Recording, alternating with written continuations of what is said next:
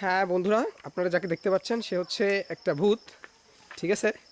মানে জম্বিজ যাকে বলে।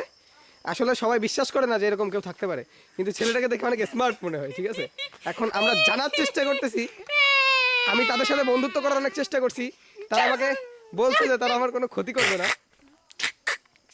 ভাই আপনি একটু দূরে যান, আমি ভয় পাচ্ছি, খুব ভয় পাচ্ছি ভাই।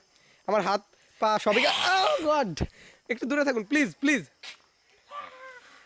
তা ভাই আপনারা যদি আপনাদের সম্পর্কে কিছু বলতেন, আপনাদের জীবন ইতিহাস, যখন আপনারা বেঁচে ছিলেন তখন কেমন কি করতেন, কি দেখি অবস্থা। ভাই ভাই আমি তো বলছি যে আমি আমি আপনাদের সব চাহিদা পূরণ করব, তার জন্য একটা মানুষ আনা হয়েছে আপনাদের জন্য পিছন দিকে। ভাই তার সঙ্গে কিছু করেন প্লিজ, এদিকে না।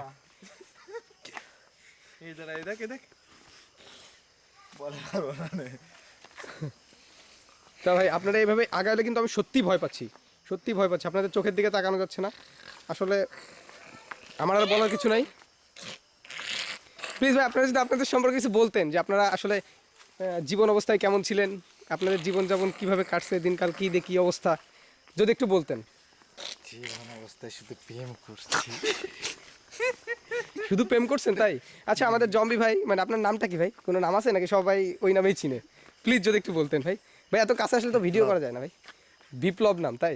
ভাই আমার নামও বিপ্লব ভাই, কি মিল তাই না? কিন্তু পার্থক্য এতটুকুই যে আমি হ্যান্ডশেক করি।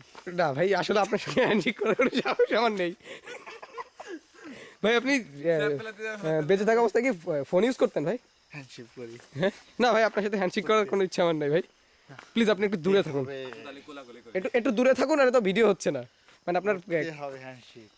না না, আপনার সঙ্গে হ্যান্ডশেক করলে আসলে আপনার হাত পা এত শক্ত, আমি চিন্তা করতে পারতেছি না, ঠিক আছে?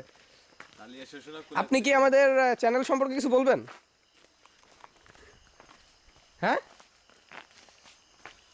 প্লিজ যদি চ্যানেল সম্পর্কে কিছু বলতেন। আগে হ্যান্ডশেক কর।